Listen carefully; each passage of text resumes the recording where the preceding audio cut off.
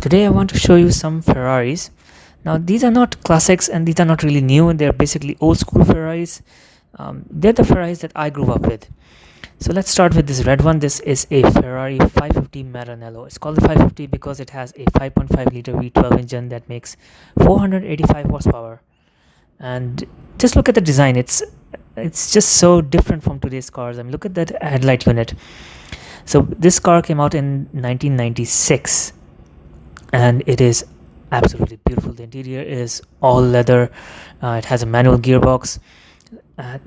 It's a two-seater, and you just have a small storage space at the back for something you want to keep. And of course, just to keep it, in its place, you have some leather straps. As far as the rest of the design is concerned, it is perfect. It's elegant and a little aggressive looking as well. It's just perfect. I mean, look at the rear end. You have the round double tail lights that I love, and I wish more cars had them. Ferrari needs to bring this design back. And yeah, it's elegant. It's perfect. So this car can reach 200 miles per hour, even though it came out in the 1990s. So this is one of the fastest cars of its time. And I love that large Ferrari logo at the back. Next, it was replaced by the 575M. This is the same car with a little bit of design changes. Especially the headlights are the main indicators that this is a Ferrari 575M.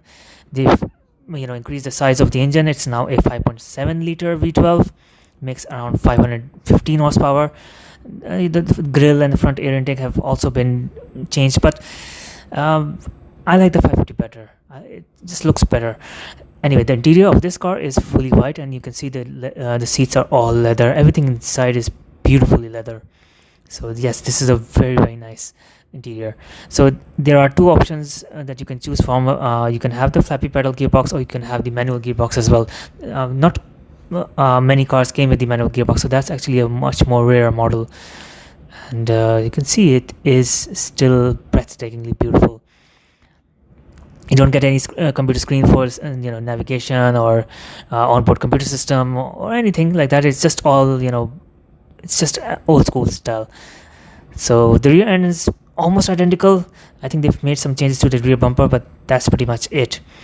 Now there's another version of the 575M, and that is this black one here.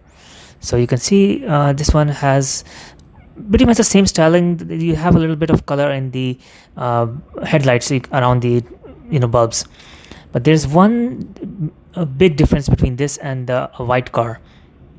So let's have a look at the interior. It's red and black. It's gorgeous to look at. It's also, this one is not a manual as well, but the roof system is a little different. You see, the roof of this can be, well, let's just say it can be rotated.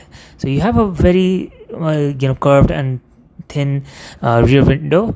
That's because the whole rear window and the roof is basically fixed on a hinge, and it basically turns around 180 degrees, and the roof basically fits into this side shape here, so it becomes a convertible.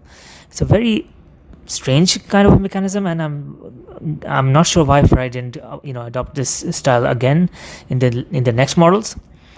So as far as the rear end is concerned, it looks the same, but now there's one small detail that I like that they've added into the 575M Superamerica, and that is the shape of the shield is now embossed into the logo. So that's a nice touch. It's not there in other cars.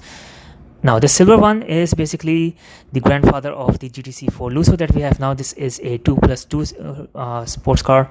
Now this one is it's an automatic. I just noticed it, and of course interior is fully leather, absolutely beautiful. But as far as the exterior style is concerned, it could have been a little more, a little better.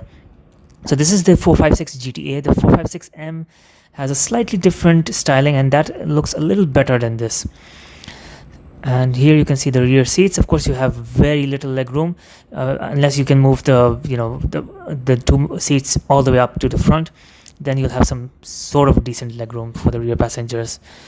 And one more thing, all of these cars can do 200 miles per hour, and they were one of the fastest cars of their time. Then the 575M was replaced by the 599 GTB, which is one of the least attractive looking cars out there.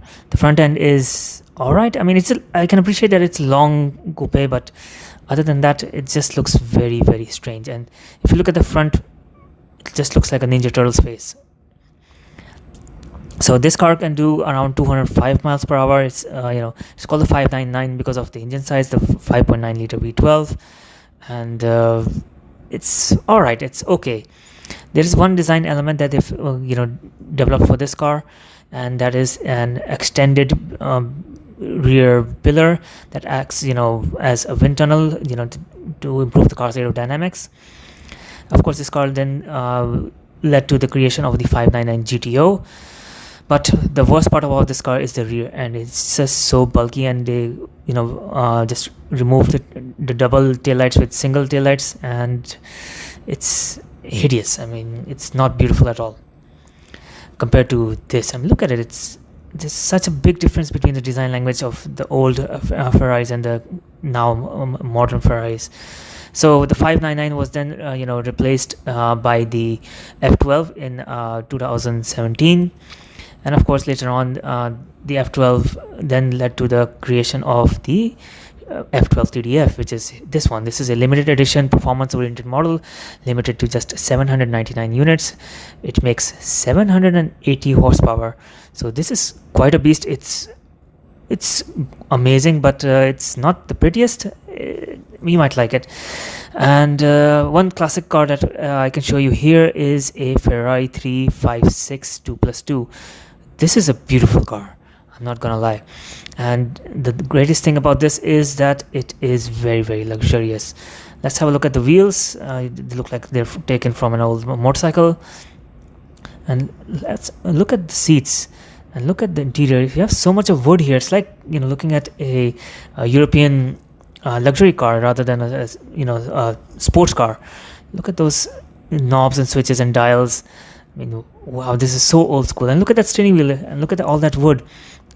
So yes, this is unlike any other Ferraris. You don't find that much wood in today's Ferraris or even the past ones. And you also have some decent amount of legroom for the rear passengers. So this is a big Ferrari actually. So let me know in the comments which Ferrari you like, and thank you so much for watching this video. I make a lot of videos. There's so many videos on my channel that you can have a look. Not all the videos are in English. Just read the title carefully. For other Ferrari videos, just go to the video's description.